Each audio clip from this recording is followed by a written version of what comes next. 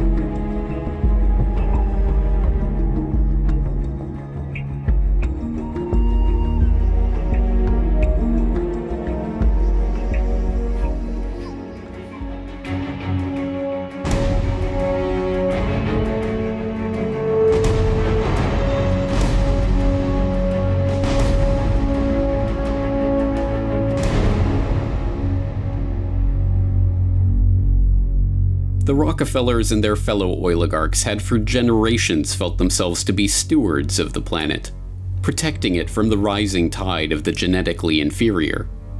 They were not about to give up that quest.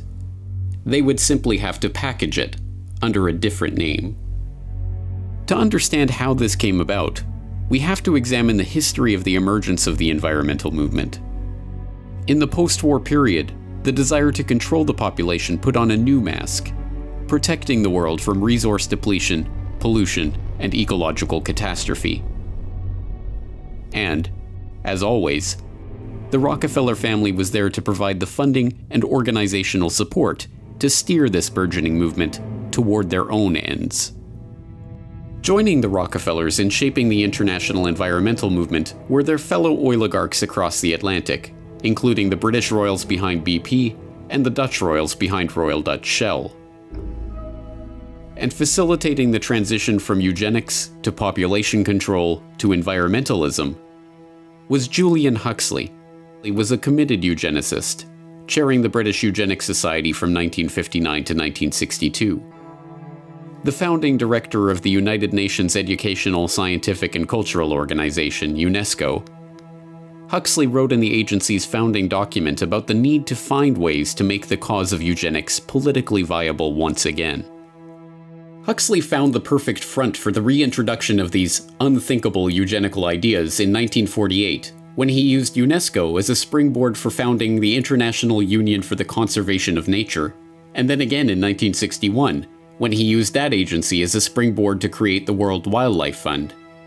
Joining Huxley as co-founders of the fund were not only Prince Bernhard of the Netherlands, founder of the Bilderberg Group and former employee of the IG Farben conglomerate, and Prince Philip of England, but Godfrey A. Rockefeller of the Rockefeller dynasty. Together, they pledged to harness public opinion and educate the world about the necessity for conservation. Years of education about the strain that the growing human population put on the resources of the Earth paid for by the very oligarchs who had just spent the past century monopolizing one of the world's key resources. The 1972 Stockholm Summit is still hailed as a landmark moment in the history of the modern environmental movement, leading not only to the first governmentally administered environmental action plans in Europe, but the creation of an entirely new UN bureaucracy, the United Nations Environment Programme, UNEP. Naturally, the UN appointed Maurice Strong as UNEP's first director, a Rockefeller-connected millionaire from the Alberta oil patch, who divided his time between environmental campaigning and running major oil companies. In 1987, Strong helped to organize another environmental conference, dubbed the Fourth World Wilderness Congress, ostensibly to talk about the environment. What they actually discussed was altogether more incredible. I suggest, therefore, that this be sold not through a democratic process. That would take too long and devour far too much of the funds to educate the cannon fodder, unfortunately, which populates the earth. We have to take almost an elitist program and look to the future in time frames and in results. Those were the words of David Lang, a banker from Montreal who spoke during the conference. And to Lang, the Rockefellers, the Rothschilds, and the other bankers and oligarchs assembled at the meeting, the general population are cannon fodder that unfortunately populates the earth. The meeting accomplished some important goals for the oligarchs. It led to the creation of wilderness areas, vast expanses of natural terrain from which the public could be largely excluded. The UNFCCC and the IPCC, generally thought to be neutral, non-governmental bodies relying only on science and evidence, are handcuffed by the terms that Strong set out for them to deliver only one conclusion: that humanity is to blame for climate change.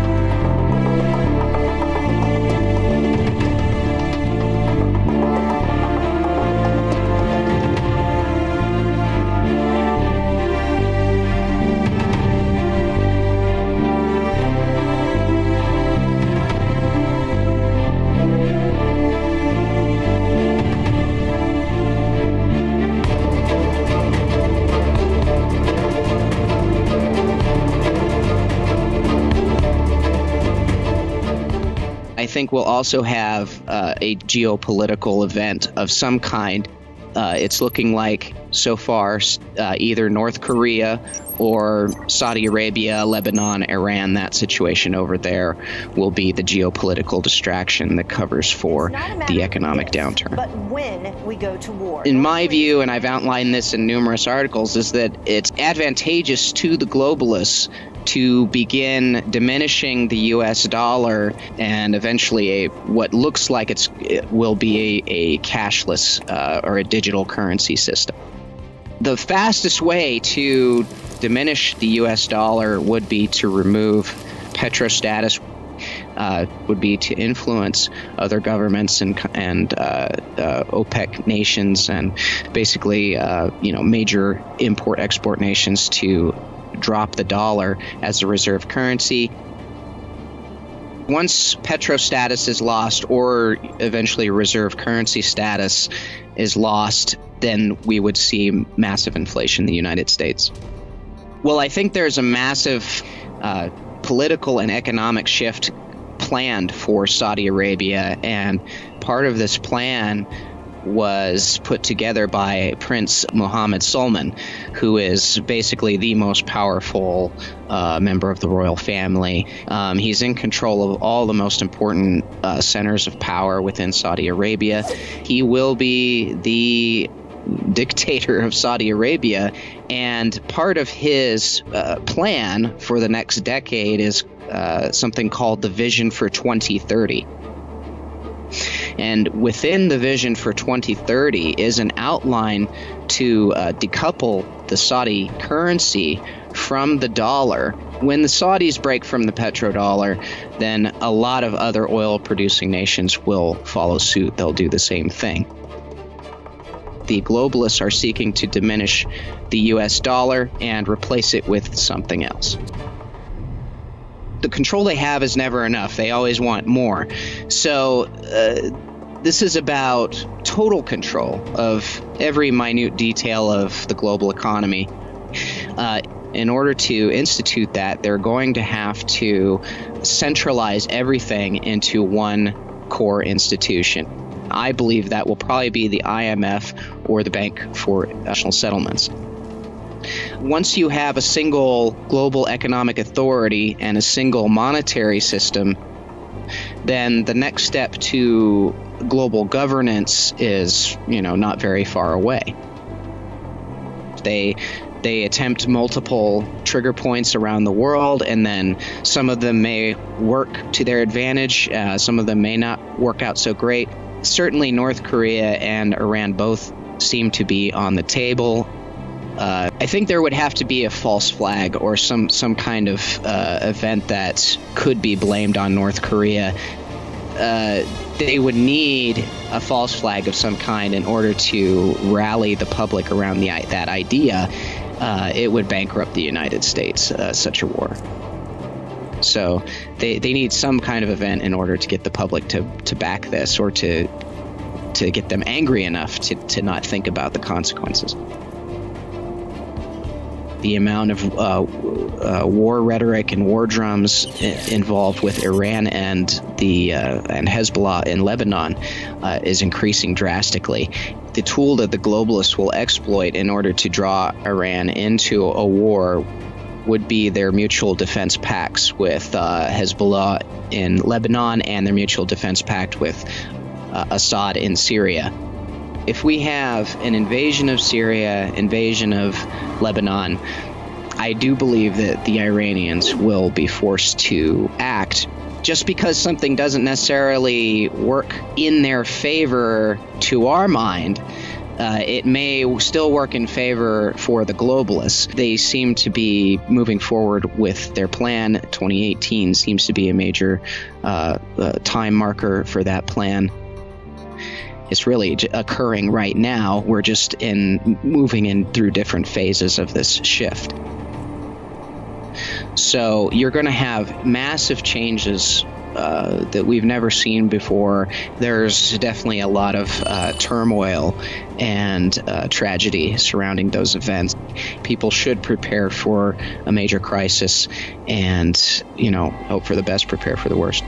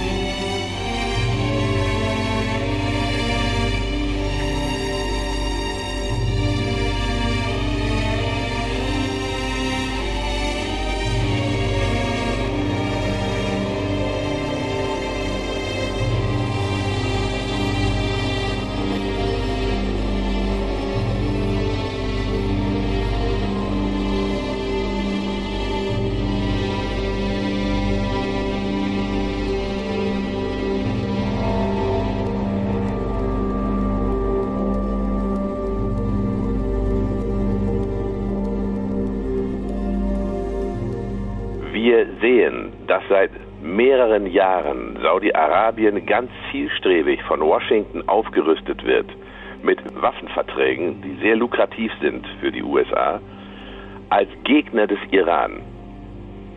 Das ist alles andere als eine sinnvolle Außenpolitik, denn was nützt es dem Globus, wenn da eine einzig verbleibende Hypermacht ist, die tatsächlich alles tut, um woanders Kriege anzuzetteln? Man schafft einfach ganz bewusst ein Gebiet des Chaos. Mit diesem Chaos kann man alles machen.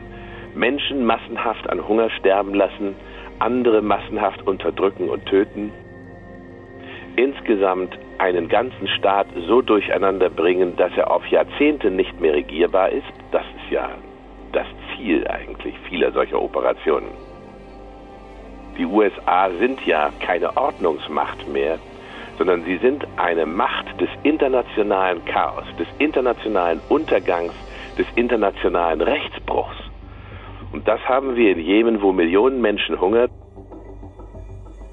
Und man hat so das Gefühl, wenn irgendwo was schief geht, dann ist der Iran schuld. Wir haben das anti-iranischste Kabinett in der amerikanischen Geschichte. Wir sehen viele, viele Bewegungen, die alle darauf hinauslaufen, dass man ja doch den Iran angreifen könnte. Davon träumt die amerikanische Rüstungsindustrie, davon träumt die Finanzmafia, die gerne den Iran finanziell auseinandernehmen würde. Da sind sich alle ziemlich einig, der Iran ist zu unabhängig. Der steckt nicht in unserer Westentasche wie so freudige Länder wie Deutschland oder Frankreich oder England. Und nun sagt man sich einfach, oh, wenn wir jetzt Saudi-Arabien ein bisschen in einen Krieg mit Iran verwickeln, dann können wir, wenn alles gut geht, am Ende beide Länder übernehmen. Das wäre doch toll. Und dann hätten die Völker dort überhaupt nichts mehr zu sagen. Und die machen dann also Partnerschaft mit einem neuen iranischen Regime und einem neuen saudischen Regime, taufen das Ganze in Demokratie um. Das sind dann so die Sprachregelungen. Und dafür wird Saudi-Arabien benutzt, andere Staaten werden da reingeschoben und Washington regiert die ganze Kiste mit Waffenlieferungen und mit politischem Druck und mit persönlicher Bedrohung. Noch immer hat das Finanzkartell zu Kriegen gegriffen, um die Völker davon abzulenken, dass unser Finanz- und Geldsystem ein riesiges Stück Korruption ist und nichts anderes. Darum geht es tatsächlich. Denn ich sage es gerne nochmal, obwohl es schrecklich ist, das Finanzsystem ist überdreht. Es droht zu platzen. Und Washington bemüht sich, das alles anzufeuern, obwohl weder in den USA noch in der ganzen Welt irgendwer Lust hat auf einen großen Krieg, außer ein paar ganz raffgierigen Konzernkartellbonzen.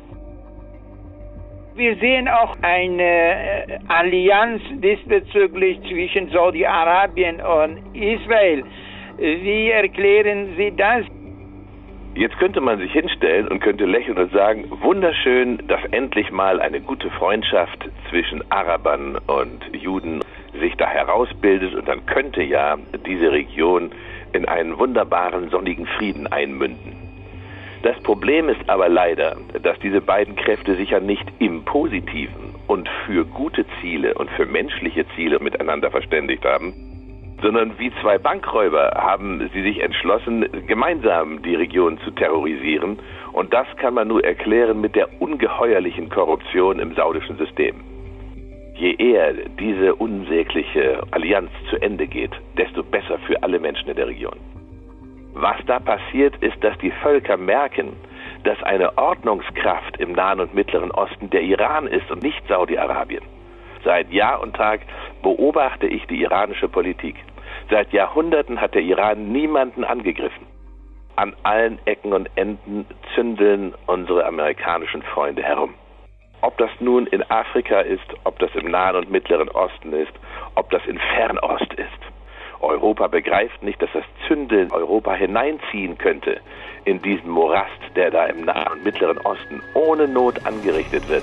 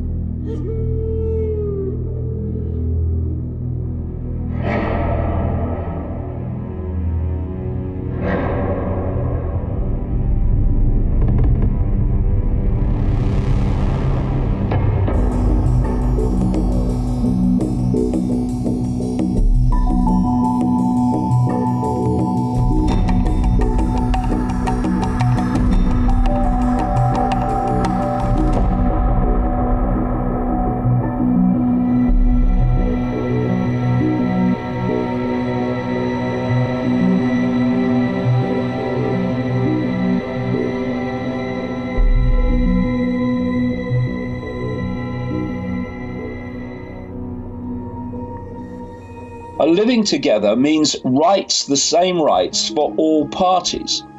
Now, that's the only way that this is going to be resolved, through fairness, through justice, and through everyone having the same rights as everyone else. Now, of course, that's not happening, and it's not happening for a simple reason. They don't want it to happen because they don't want a peaceful settlement.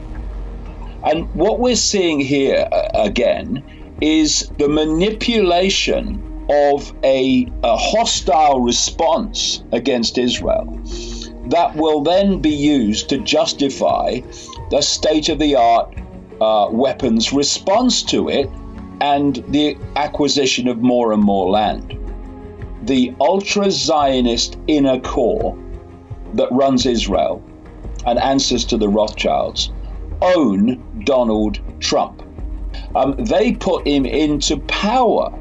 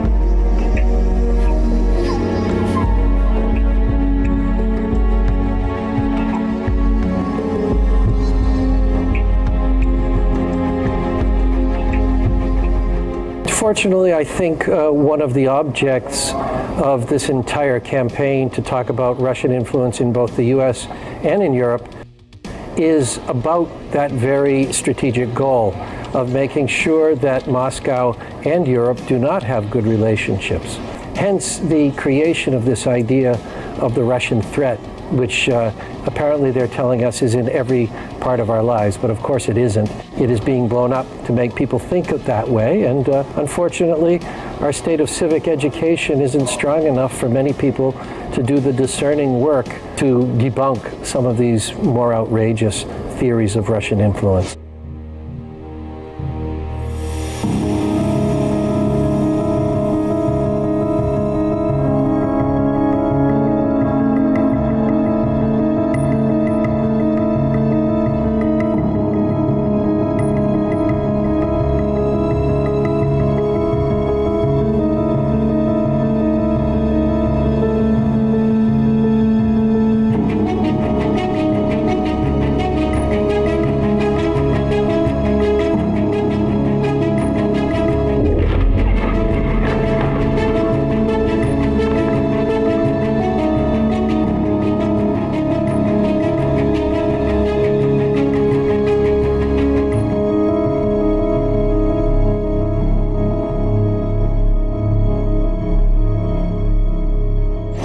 We think of the web as an indispensable tool that delivers the world to our doorstep.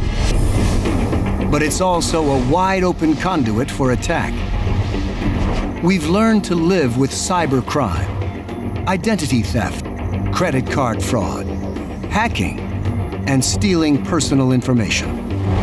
But now there's a threat that's much more frightening and destructive. You can get into a network which has control of some physical thing.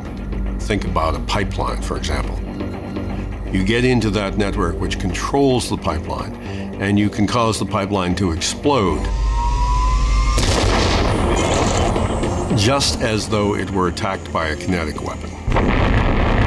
Physical weapons may be impotent against a cyber attack because digital weapons can be anonymous and instantaneous. No reports of troop movements to signal a threat, or air raid sirens to give warning. Just a sudden, out-of-the-blue digital takedown of dams, power plants, factories, air traffic control, the financial system, and more. Instead of bullets and bombs, you use bits and bytes.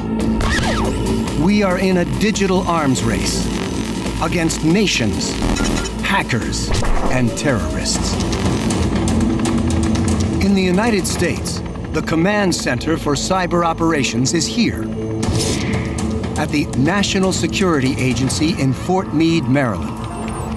The digital revolution and the internet gave the NSA new powers. Then came 9/11. And President George W. Bush ordered the NSA to begin planning in earnest for offensive cyber war. Eventually, to meet that need, the military created a new strategic unit, a partner to the NSA called Cyber Command. Its mission, to go beyond espionage using computers as weapons. By 2010, Cyber Command was ready for action. About the same time that the world got a glimpse of the first true cyber weapon, a surprisingly destructive computer worm, a self-replicating program that came to be called Stuxnet. Stuxnet first showed up infecting desktop computers and laptops in Iran and the Near East. But it soon spread further, using the internet to copy itself from system to system. We had never seen a threat that was so large and so dense. I mean, this threat was maybe 20 times the normal size of any threat that we had seen before. Stuxnet represented a major investment by someone. So what was Stuxnet ultimately after? It was hunting for specialized equipment in a specific configuration. likely targeting a single factory. Natanz is an underground fortified facility housing cylindrical centrifuges used to isolate a rare form of uranium, a precursor to fueling a power plant or making a nuclear weapon. Once on the plant's internal network of computers, Stuxnet would search for PLCs in control of centrifuges. When it found a target, it would lie in wait for weeks. But then Stuxnet would begin tampering with the centrifuges, causing them to gradually speed up and slow down, operating out of safe limits until they broke. It's almost impossible to know for sure who launched it. But its complexity was a big clue. If you think about who would have the capabilities to launch such an attack with that sophistication, completely unprecedented, you would certainly think about the United States in the first place. Then, in apparent retaliation, the Saudi oil company Aramco was hit with a computer virus in August 2012. Then followed a coordinated attack against American targets. Attack and counterattack. But that's not the end of the story. In fact, it may be just the beginning. Using only a computer, a terrorist or a nation can attack critical infrastructure like the power grid. And according to a government study, a coordinated attack on fewer than a dozen power stations could cause a massive outage. The drive to put everything online has created a hole in our defenses that no one seems able to plug. I think it's highly likely that any war that began as a cyber war would ultimately end up being a conventional war with bombers and missiles. Unless we find a way to counter these threats, there is a very real danger that we will turn the internet into a dangerous battlefield.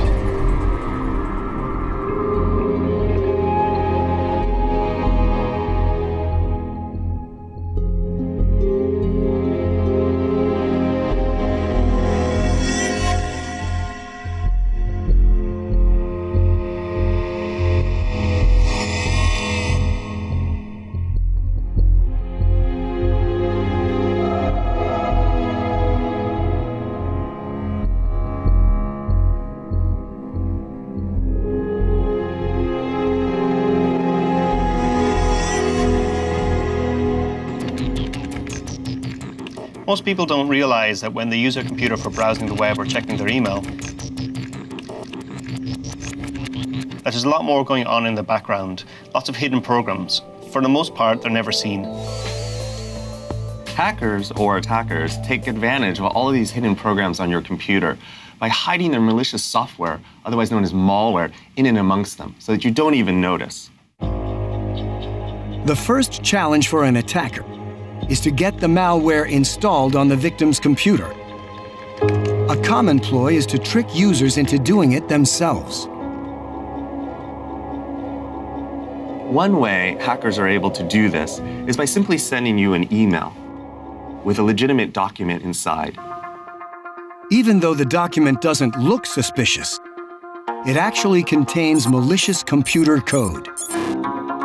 But what the victim doesn't realize is that clicking on it also invisibly installs malware onto the computer. Stealthy programs like this allow for a shocking behind-the-lines invasion, where the attacker can spy or disrupt at will. I can even take screenshots of his computer and watch all of his keystrokes via something called a keylogger. He's logging into his email right now, and I can actually get his username and his password. Not only that, but we can also get video by turning on the webcam, and I can actually see what my victim looks like, all without him knowing. Now there are embedded computers all around us, from power stations to pacemakers. Even in your car. Yoshi Kono is a security researcher who has an uncanny ability to find frightening vulnerabilities in everyday technology. Modern automobiles have 10, sometimes up to 100 different computers inside them. Essentially, we wanted to know what might an unauthorized party be able to do with an automobile straight off the lot. He and his graduate students demonstrated how a hacker could seize control of a car. The model they chose had a built-in emergency communication system that works like a cell phone. They used that system to call the car and remotely force malware into its embedded computers, giving them control over electrical and mechanical systems. In some cars, the steering, airbags, and accelerator are hackable.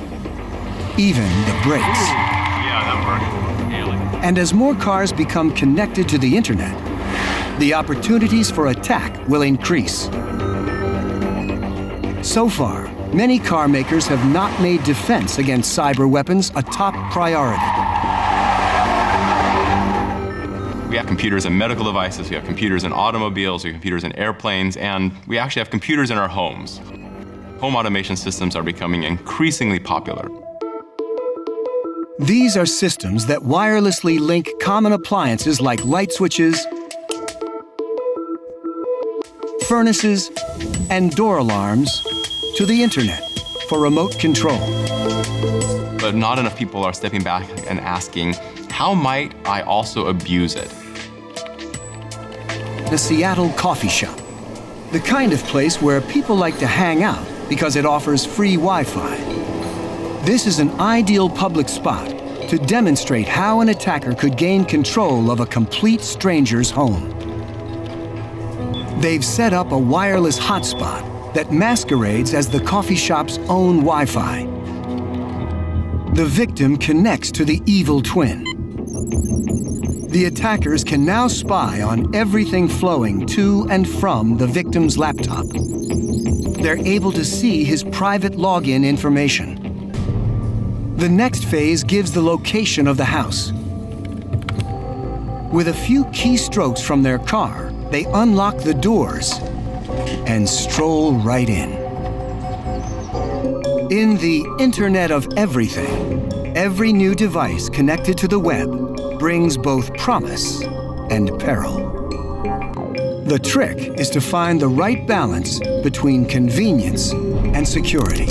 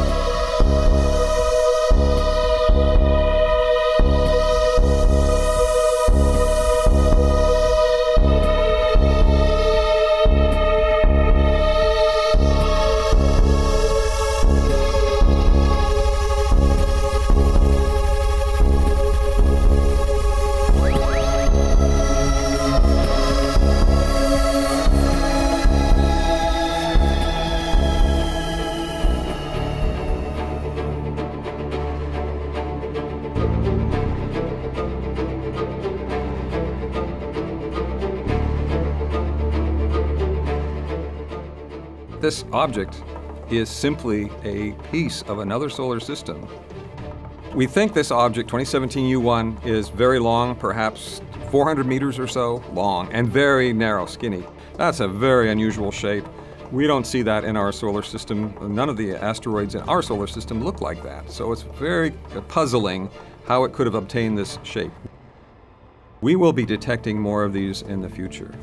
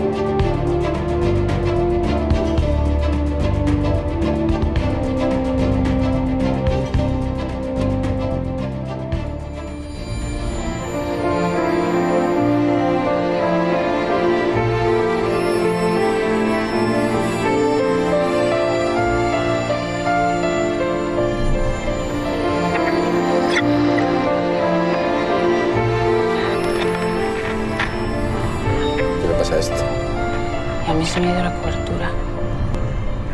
Eso es un ovni.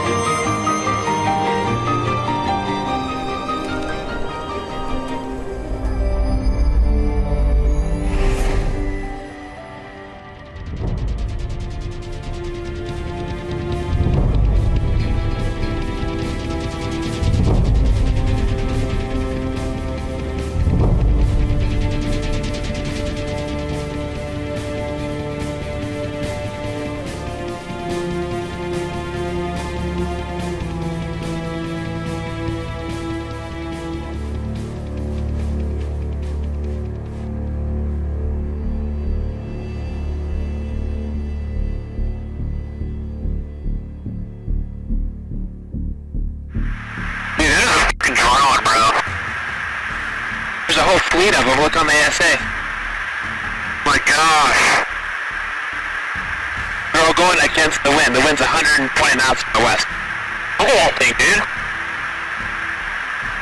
That's not our LNS though, is it? It's not. That is the LNS, dude. Well, if there's like... Look at that thing. It's rotating.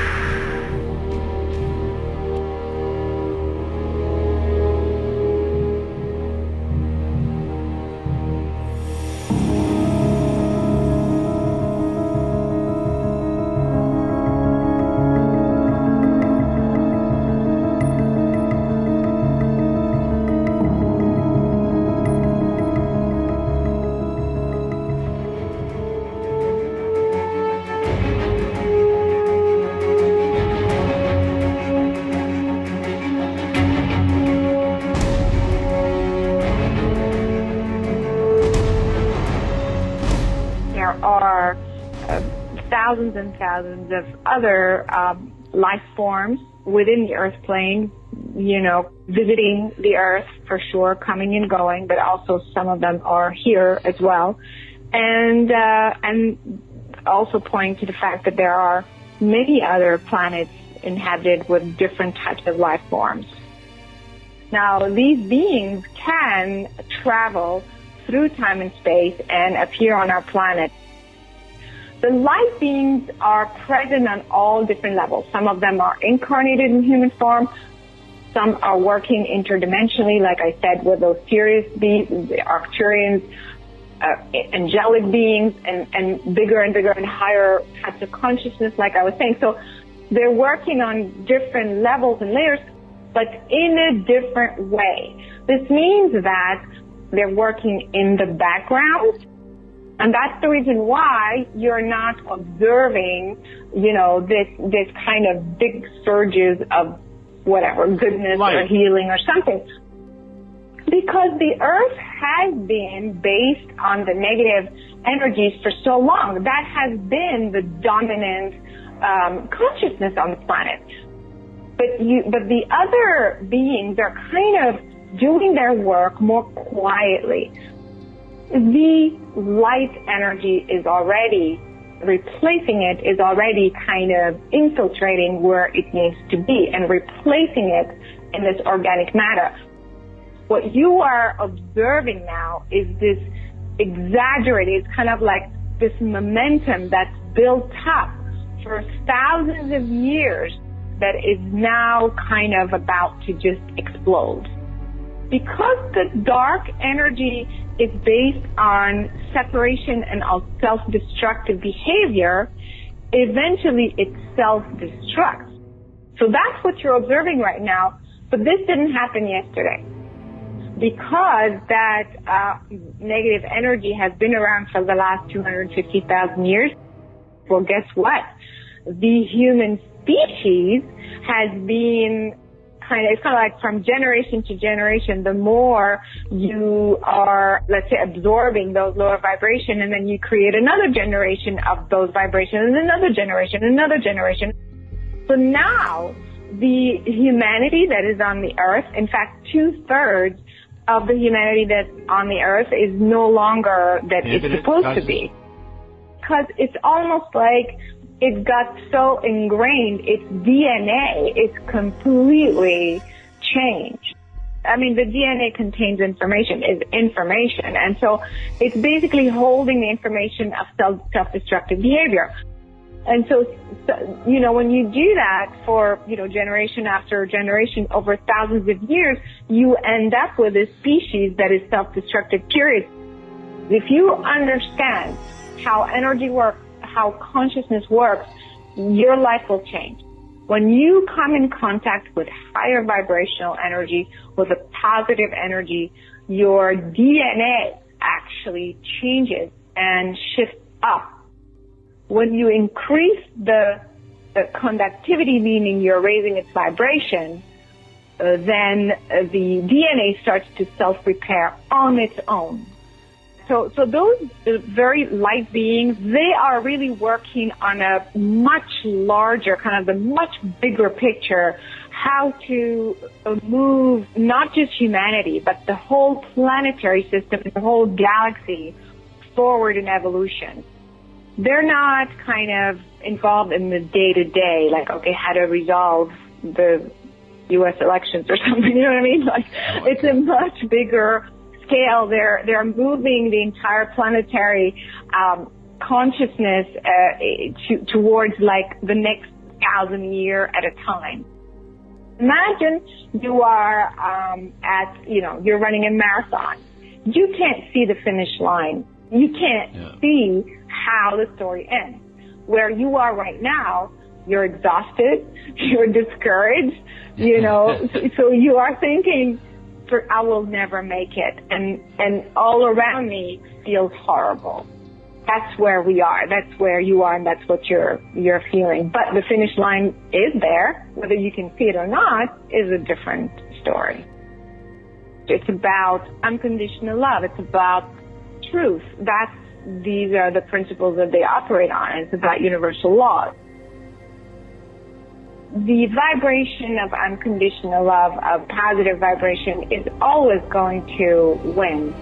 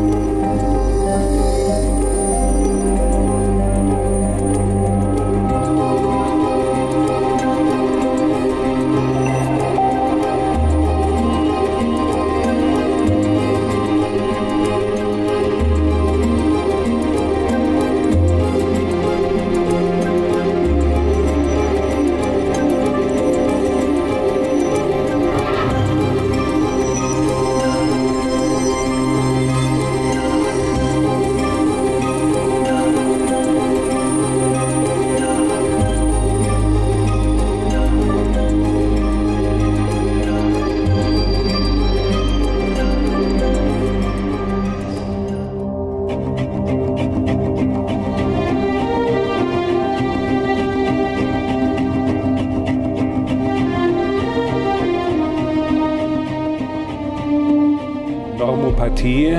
Der Begriff meint, dass das Pathische, das Kranke, das Gestörte dann nicht mehr als krank, als pathologisch erkannt wird, wenn die Mehrheit einer Bevölkerung in einer bestimmten Richtung denkt und handelt.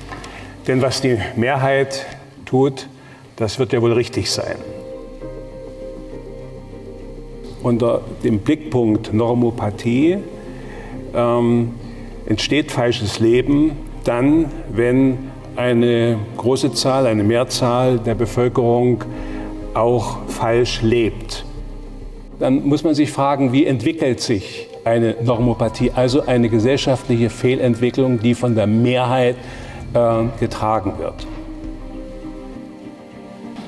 Wenn ich die gegenwärtige Demokratie auch als eine normopathische Gesellschaft beschreibe und begreife, dann ist es ganz wichtig, dass man die großen Werte einer demokratischen Gesellschaft, also Demokratie an sich, aber auch Freiheit und Liberalität, nicht nur als äußere Werte begreift, sondern eben auch als innerseelische Fähigkeiten und Möglichkeiten, die natürlich eingeengt sind, wenn wir Selbststörungen haben, wenn wir in der Folge der aufgezählten Selbststörungen eben nicht zum demokratischen, zum freiheitlichen und liberalen Verhalten innerseelisch in der Lage sind.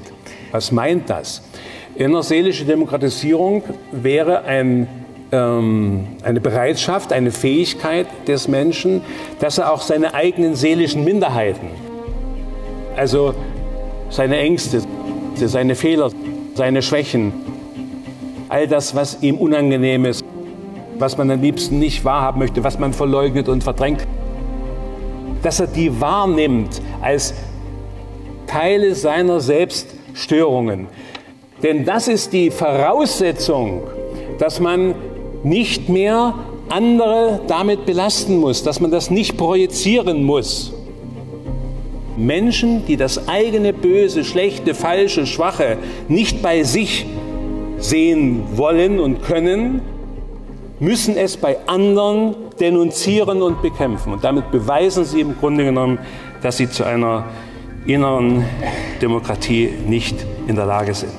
Das heißt, es gibt eine systematische Einengung unserer Orientierung, unserer Information, und das hat etwas damit zu tun, dass im Grunde genommen die Krise unseres falschen Lebens, die Krise unserer Normopathie nicht erfasst werden soll, denn die wird an diesen Symptomen deutlich. Ich unterscheide das Selbst von dem, was andere oder was wir in anderem Zusammenhang das Ich nennen. Das Ich ist etwas, was wir Menschen machen können, was wir lernen können, was wir uns erwerben können. Das Selbst kann nicht gemacht werden, das ist. Es kann nur gestört oder entfaltet werden. Und das Besondere daran ist, dass die Folgen von Selbststörungen, Behinderung der Selbstentwicklungen durch Ich-Leistungen kompensiert, verdeckt werden können. So erklärt sich etwas, dass Menschen mit großartigen Ich-Leistungen, die damit mächtig, berühmt, reich werden können, dass die eigentlich schwerste Selbststörungen haben, die aber nicht erkannt werden, weil sie durch sekundäre Ich-Leistungen kompensiert werden. Man kann großartige Leistungen, eben dann auch Ich-Leistungen vollbringen, wird aber nie die Ruhe, die Befriedigung erfahren, die durch wirklich vermittelte Liebe wäre. Liebe ist die Fähigkeit, dafür zu sorgen, dass es dem anderen gut geht. Deshalb wird jede narzisstische Anstrengung, beweisen zu wollen, dass man wer ist, immer in die Sucht enden, immer unendlich bleiben und unzufrieden lassen, weil es keine natürliche Befriedigung gibt. Und wo bin ich? Sozusagen narzisstisch, gierig, konsumsüchtig und betreibe diese narzisstische Gesellschaft mit. Erst wenn ich Antworten geben kann, wo das bei mir sitzt, wie ich damit umgehe und wie ich es zu regulieren lerne, dann gibt es eine Chance, dass ich wenigstens sozusagen selbst zu einem Stück ehrlicherem Leben finde. Und ja, wenn es viele tun, dann hätten wir schon viel gewonnen.